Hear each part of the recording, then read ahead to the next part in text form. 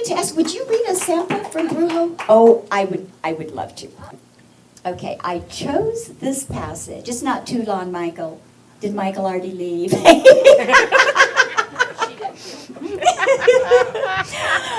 Well, this is really towards the end of the story, and our heroine, Lee, has gotten herself involved emotionally and sexually with the charismatic, powerful, and deadly dangerous Juan Mascarenas. And she is desperate now to free herself from him. Lee got out of bed, careful not to disturb her husband, and walked into the bathroom. After swallowing a sleeping pill and turning off the light, she paused to open the window and look outside. It was a bright night. The moon, only days away from being full, reflected off the light snow that had fallen earlier, casting an eerie luminescence across the midnight landscape. From the hills beyond the house came the lonely yipping cry of a coyote, answered by the barking of a neighbor's dog. She was about to turn from the window when a slight movement caught her eye. Just beyond the house, beside a large pinon tree, something was definitely moving. Lee leaned in close, straining for a better look. What she saw caused her entire body to tighten in terror. A man stepped away from the tree and stood clearly silhouetted in the moonlight. The set of his powerful shoulders, the arrogant angle of his head, left no doubt as to his identity. For a long moment, he gazed toward the darkened window where she stood locked in fright. Then he moved back behind the tree. Lee held her breath while the blood roared in her ears. For a moment, she thought she might faint. What was Juan doing out there, skulking around in the middle of the night? Maybe she should wake Nick or set off the alarm to scare him away. Before she could decide what to do, Nick opened the bathroom door. Babe, I heard you get up. Are you all right? Something inside Lee crumbled. It was time for the truth, at least part of it.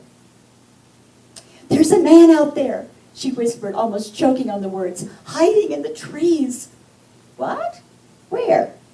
Nick pressed his face against the window. I don't see anyone. He turned away and grabbed his robe off a hook on the bathroom door. You stay here. I'm going out to have a look. He slipped loafers on his bare feet and hurried down the stairs. Lee was right behind him.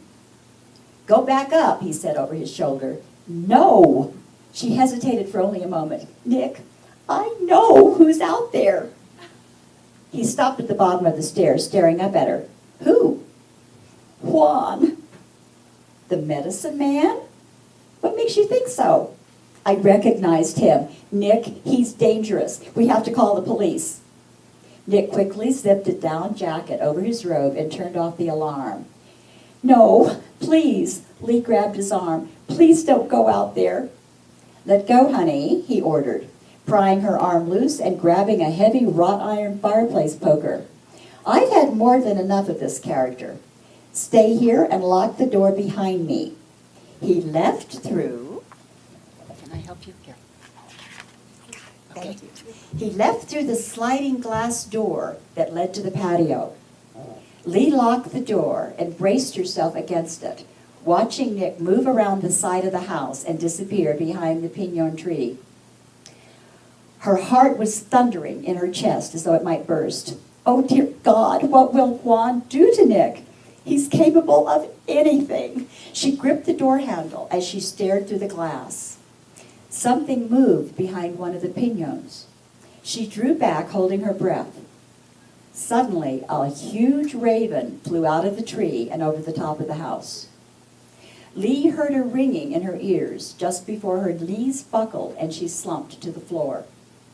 A loud banging on the door yanked her back to awareness. Lee! Lee! Fighting a wave of nausea, she pulled herself to her knees and reached up to unlock the door. In an instant, Nick was beside her. Are you all right? What happened? I guess I fainted. Oh, Nick, you're safe. Thank God. Of course I'm safe. I circled all around the house, but didn't see anyone. What made you? Lee started to cry. It sounds crazy, but I did see Juan when we were upstairs. Then a big raven flew out of the tree. Are you saying you fainted because you saw a bird? You don't understand. The raven was in the tree, the same tree that Juan was hiding behind. The raven, honey, you know ravens are common around here. We see them all the time. He helped her to her feet and took a moment to reset the alarm. Come on, let's get back to bed. With his jacket still on and his arm around her waist, he half carried her up the stairs. Easy now, he said, adjusting the covers. He peered down at her with a worried look. Your eyes look a little funny, sort of out of focus. Did you hit your head when you fell? I don't think so. Well, I'm going to get a wet rag for a wet cloth for your forehead anyway, he said, going into the bathroom and turning on the light. He came out holding the bottle of sleeping pills. How many of these did you take? Just one. I had a bad dream and... Are you sure you only took one? I think maybe you took one and then forgot and took another. That could easily happen. They're pretty strong. I only took one, damn it. Well, it obviously hit you hard. You're still weak from your accident. It's going to take a while for you to recover completely. He zipped the pills into his jacket pocket and tossed it along with his robe across the chair. No more of those pills while I'm gone, he said. You clearly had some kind of reaction to them tonight. I'm just glad you didn't hurt yourself when you passed out. He peered into her eyes again. Okay, you're looking a little better. Here, he said, handing her a glass of water from the nightstand.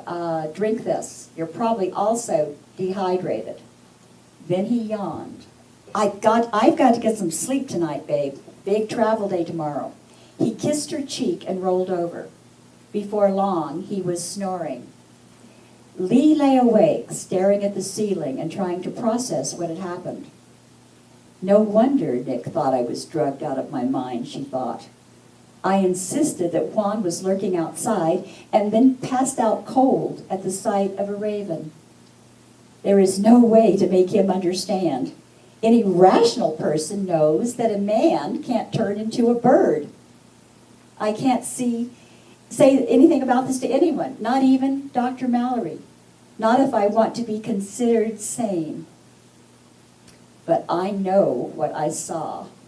Juan was out there, and he'll be back.